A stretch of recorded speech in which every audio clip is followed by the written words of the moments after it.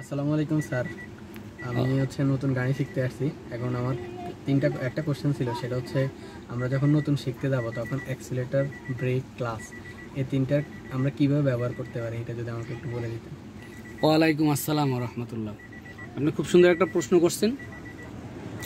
যারা একদম নতুন বসবে তারা কিভাবে এই তিনটা প্যাডেল ব্যবহার করবে, অ্যাক্সিলারেটর কিভাবে ব্যবহার করবে, ব্রেক কিভাবে ব্যবহার করবে, ক্লাচ কিভাবে ব্যবহার করবে, কেমন এই তিনটা আমি একদম স্পষ্ট ভাষায় প্র্যাকটিক্যালের মাধ্যমে দেখাই দেবো এবং বুঝিয়ে দেবো। এই ভিডিওটা যারা দেখবে তারা কি হবে, লাভবান হবে, যে এই তিনটা প্যাডেলের ব্যবহারটা কিভাবে তারা করবে শিখতে পারবে।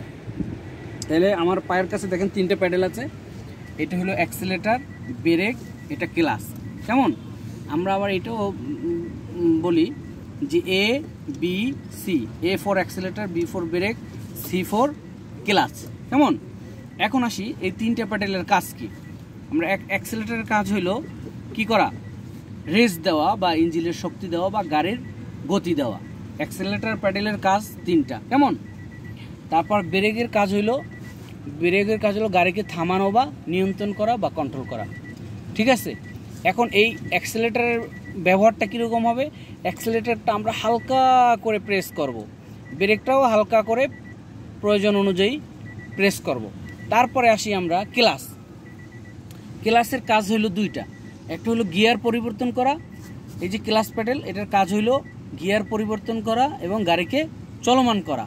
তো এখন এইটা কিভাবে গিয়ার পরিবর্তন করব, ফুল ক্লাচটা চেপে ধরে তারপর আমরা গিয়ার শিফট করব, এবং যখন ক্লাচটা ছাড়বো, গিয়ার শিফট করার পরে যখন ক্লাচটা ছাড়বো তখন আস্তে আস্তে ছাড়বো, এবং হাফ ক্লাচ করে হাফ পর্যন্ত ছেড়ে ওখানে মিনিমাম 5 সেকেন্ড আমরা ধরে রাখবো, মানে হাফ ক্লাচ করে রাখবো। তাইলে আমাদের গাড়িটা বন্ধ হবে না এবং আস্তে আস্তে চলা শুরু করবে। ঠিক আছে, এখন তিনটা প্যাডেলের কাজ আমরা কিভাবে দেখলাম। এখন ব্যবহারটা কিভাবে করব আমি স্টার্ট দিয়ে দেখাচ্ছি। এখন এখানে যেরকম ধরছেন এখানে মিটারও দেবেন। এই যে আমি স্টার্ট করতেছি,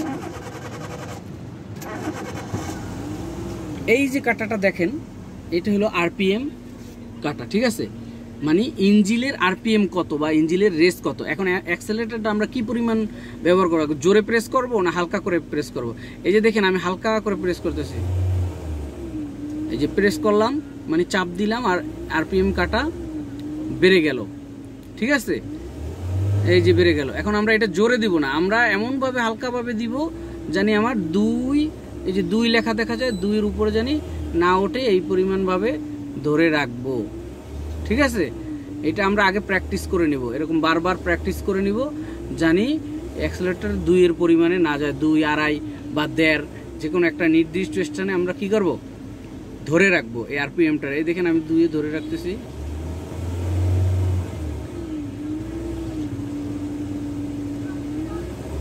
এরকম আমরা প্র্যাকটিস করে নেব, যে কোনো একটা স্থানে বেঁধে রাখবো। কেমন এটাকে পায়ের মাপটা নিয়ে নিলাম অ্যাক্সিলারেটর ব্যবহার। তারপর আসেন ব্রেক প্যাডেল আমরা হালকা করে প্রেস করব। এরপর আসেন এই যে ক্লাচ প্যাডেল, ফুল ক্লাচ প্যাডেলটা চেপে ধরবো এরকম, হ্যাঁ এরকম ফুল চেপে ধরবো, তারপরে 1 নম্বর গিয়ার দিব, তারপরে এরকম আস্তে আস্তে ছেড়ে অর্ধেক পরিমাণে ছেড়ে ধরে রাখবো। তো আজকে আমরা এই ভিডিওতে তিনটা প্যাডেল কিভাবে ব্যবহার করব এটা আমি আজকে ক্লিয়ারভাবে বুঝিয়ে দিলাম। আসসালামু আলাইকুম ওয়া রাহমাতুল্লাহ।